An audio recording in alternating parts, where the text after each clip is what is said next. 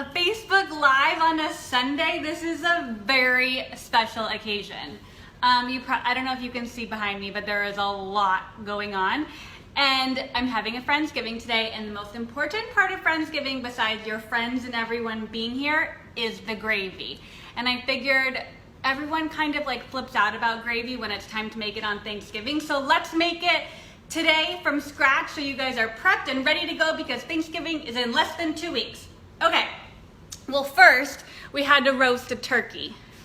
So there's my beautiful bird. And I went ahead and lifted it out of the pan earlier, took out all the pan drippings and put them in here. And this is like half liquid, half solid. Like there's herbs in here, there's all sorts of things in here. So here's what we're gonna do.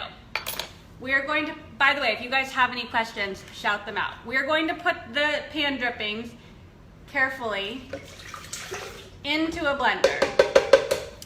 And then we're just going to put the top on. Hold please. And we're going to blend this up for a hot second until it's smooth. Why isn't this going on? Okay, here we go. On really low. We don't want it to be too high because you don't want it to like explode everywhere. And this is just gonna make sure it's all smooth, so like any of the herbs or anything, it's gonna incorporate into the gravy really nicely. Perfect. That was nothing, right? Okay, let's get rid of this big thing. And now, so for my recipe, which I put a link up to up top, you're gonna need 4 cups of liquid. So this, I can't even see where the cup measurements are. Oh, right here. This is about 2 cups, and we need it up to here, which is 4 cups. So we're gonna take some chicken stock. This is just stock from Trader Joe's, and fill it up to about 4 cups. Oh my gosh, that was perfect. I'm pretty impressed with that. So see here, let me see if I can show you. Like it doesn't look like anything super fancy right now, but just you wait. Okay, I'm moving you over here and hoping I don't lose Wi-Fi. Okay, so now we have a pan over here on medium-high heat. Can you guys see this?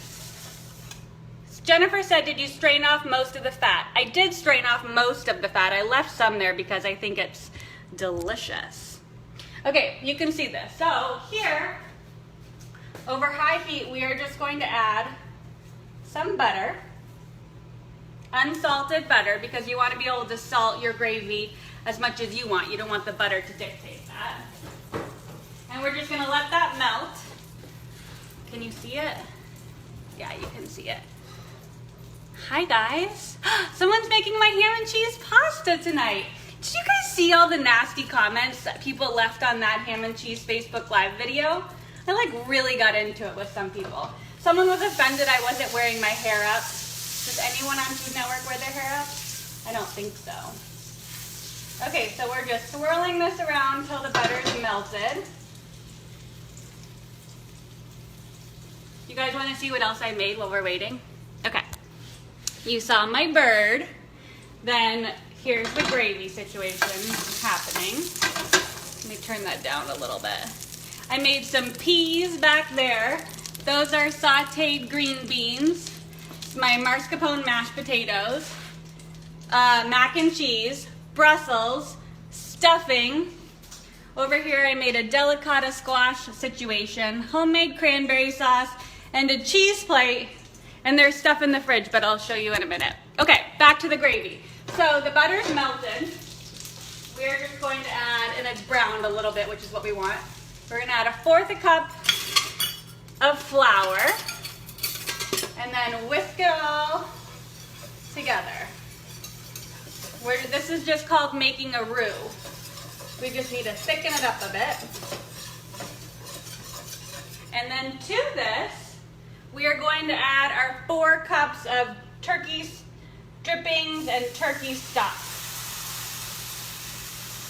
And whisk it the whole time while you're stirring it in so it really smoothly incorporates. You can see all the herbs from my turkey, you guys. It looks so good. By the way, tomorrow on the blog, I'm posting the entire Thanksgiving menu along with the printable PDF. If you want to print it out, it's beautiful. I had it designed. You guys are going to love it. Okay, put it all in. Make sure you get all the stuff out of the blender. And then just whisk it up. And this, we're just going to bring it to a boil, and that's going to thicken it up. And then as soon as it's thick enough, we'll turn it on low heat and wait for all of our guests to arrive. Gravy is my most favorite part of all of Thanksgiving. Okay, let me turn the heat up a little bit. We'll let this do its thing, and we'll answer some questions in the meantime. Okay, let's see if I can scroll up. Okay. Oh no. Okay, what are we saying? Thomas, you should have read me questions. What are your thoughts on degreasing the gravy, letting it cool, and removing the fat? It's kind of what I did. Like I took all the pan drippings out of my turkey, put them in that measuring cup, and then spooned off some of the like major fat. But I also feel like fat gives things such flavor. It's okay to have a little bit of fat.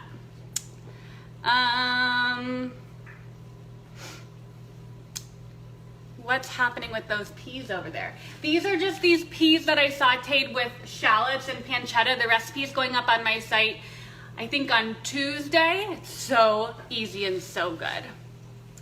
Hi from Ann Arbor. My whole family went to University of Michigan.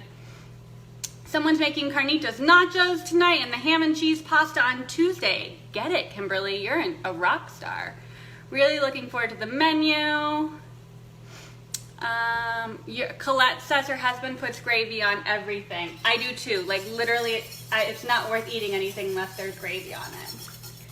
Okay, so just keep stirring it. And here's the thing, if you don't think this is gonna make enough, this will make about 4 cups of gravy. If that's not enough for you, you just can add a little bit more stock and keep going.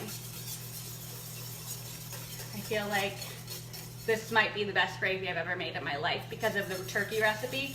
The turkey recipe I did is this herb roasted turkey. I just put it on the blog last week, and it has this like crazy compound butter with oregano, thyme, parsley, garlic, some other herbs, and you like slather it all over the turkey and you shove it under the skin, and then you stick the cavity full of lemons and extra herbs. I mean, can't go wrong with that. So then all the herbs and the lemons dripped into the pan drippings, which means our gravy is going to be extra delicious. What do you do if there aren't a lot of drippings from the bird? You just use stock. So that's why I measured 4 cups total of liquid. Whether you get like 1/2 cup of drippings, 3 cups of drippings, you just need 4 cups of liquid total. So whether, you know, like I said, you just, whatever your drippings are plus X amount of stock equal 4 cups. You guys, this is getting thick and delicious. I wish I could show you my whole dinner. My husband thought I should have Facebook Live the entire thing since 7 a.m. this morning, but that would have been 7 hours of Facebook Live, and you guys might have really hated me after that. Plus, at the beginning, I was like running around in my robe, and then I was running around in like, I've had like 5 outfits on today, and I still have to shower and get ready for my meal. Okay, anyways, this is almost done. I'm gonna turn it off. It's so pretty. Let me see if I can show this to you. We're gonna try it.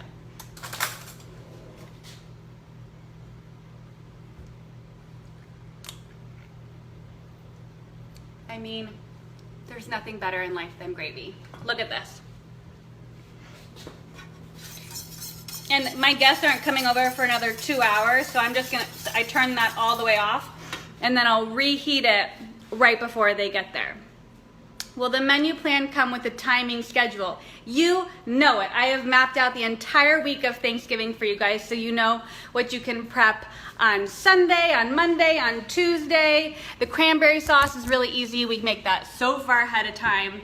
So everything you could possibly need is going to be on the blog tomorrow. And now you have access to the gravy recipe. I was going to do it on Snapchat, but then I realized if you guys like you're going to be making this for another week and a half. So now you can have easy access to the gravy.